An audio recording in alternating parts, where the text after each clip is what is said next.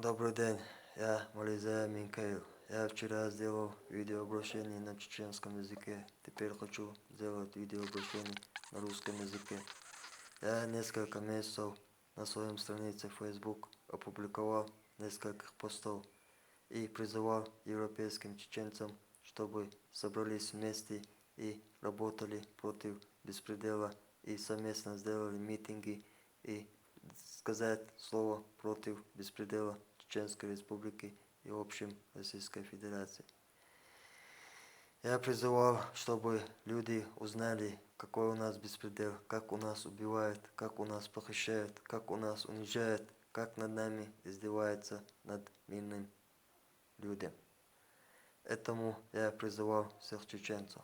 Потом на меня написали заявление, что я террорист, что я бандит, что я организую террористическую группу в Европе, что я опасна для Германии и для всех европейских стран.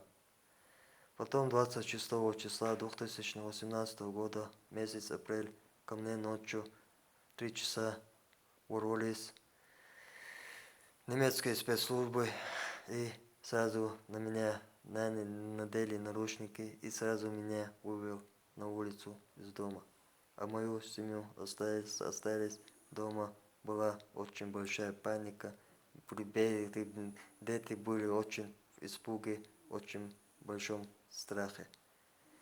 Я был на улице, потом нам сказали, вас будет депортировать в Российскую Федерацию. Мы вам сделали все документы необходимые, чтобы вам делать депорт, чтобы вам было, чтобы вас депортировали. Мы сделали все документы, и сейчас мы будем вас депортировать в Россию из-за этих заявлений. Потом они нас отвезли, и мне сказали, они между собой разговаривали, и мне сказали, тебя оставим, ты операцию сделали, тебя, у тебя пока здоровья нету, депортировать, а твою семью мы депортируем, и на моих глазах они депортировали мою семью. Потом со мной связался один некий Беслан Дадаев из Берлина. Он мне говорит, вот такая у тебя ситуация, твоя жена, дети депортировали, я хочу тебе помочь. Но я ни с кем не работаю, я не кадыровец, я не путиновец, я ни с кем не работаю, я просто журналист, это мое хобби, просто хочу помочь тебе ради Всевышнего Аллаха. Он мне сказал, если Минкая, ты голосовую аудиозапись делаешь, я эту запись лично Кадырову Рамзану отправлю. Кроме Кадырова, эту запись никто не услышит, не увидит. Я сделал аудиозапись и отправил этому Беслану, чтобы сохранить честь моей жены и чтобы оставили, чтобы не убивали моих детей и чтобы лишний раз не трогали мою жену и чтобы лишних слов не говорили моей жене и сохранить честь мою жену, своей жены. Я сделал голосовую аудиозапись и отправил Беслану. Потом Беслан со мной связался и говорит, Минкаил, мне надо с тобой встретиться, мы встретимся. Ну, Минкаил, я тебе даю слово, я ни с кем, ни кадыровец, ни путиновец, я ни с кем. Как мы раньше говорили, я просто хочу тебе помочь, и все, больше ничего мне не нужно. Я ему сказал, хорошо, тогда приезжай, мы встретимся. Если ты хочешь помочь, давай приезжай, встретимся. Потом он ко мне приехал в город, где я живу. И он мне начал говорить, я от Дудаева Ахмеда и от Кадырова Рамзана. Они мне сказали тебе передать. Если ты видеообращение сделаешь, твою жену изнасилуем и твоих детей всех будем убивать.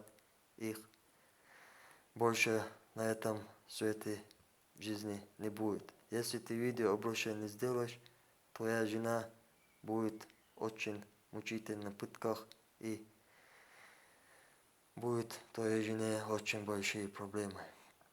Я ему сказал, какое видеообращение ты говоришь, Беслан? Я тебе никакое видеообращение не сделаю, я ничего не буду говорить, я тебе голосовой отправил, и ты сказал, что кроме Кадырова это голосовой не услышит, не увидит.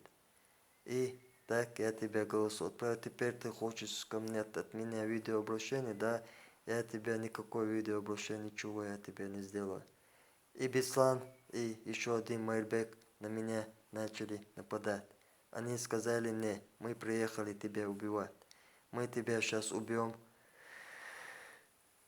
И мы так аккуратно мы поедем обратно в Берлин.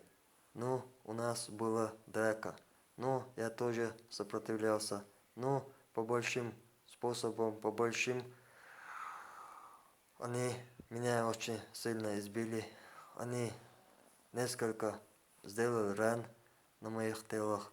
Они руку переломали мне, ногу переломали мне, в голову несколько травм. И вот так они избили, и они сразу убежали оттуда. И соскочились они оттуда. Я призываю всех журналистов, всех правозащитников, прошу оказать мне помощь, оказать мне помощь и помочь мне и моей семье. Мне сейчас, через неделю или через 10 дней меня хотят депортировать в Россию.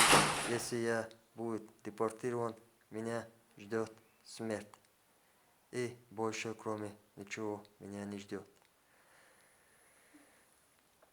И прошу вас обратить внимание на мою семью и безопасность делать для моей семьи, жены и детей.